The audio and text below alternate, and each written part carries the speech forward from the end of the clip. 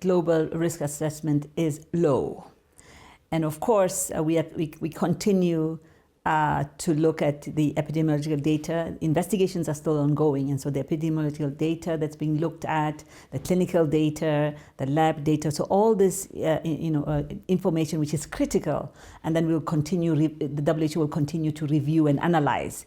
But currently, indeed, the grading is low at a global public health level. There was 77 passengers that were on flight, and of the 77, there were 15 countries. And of course, with South Africa, it becomes 16 countries that were involved in this. And in terms of the numbers, it's 65. There were 65 international passengers on that flight.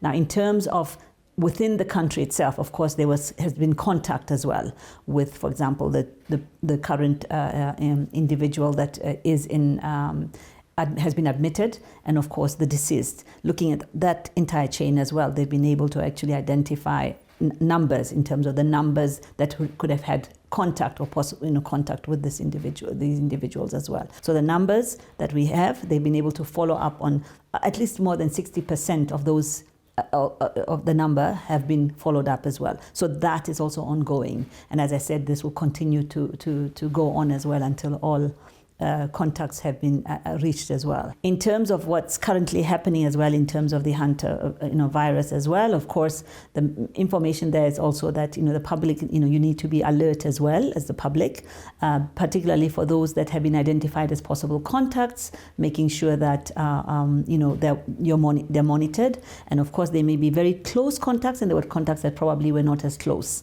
So it's even for those close contacts, close monitoring. And of course, the general advice is if you're not well and you show symptoms that, if you were probably, for example, a contact, then actually presenting yourself or informing the relevant health facilities as early as possible.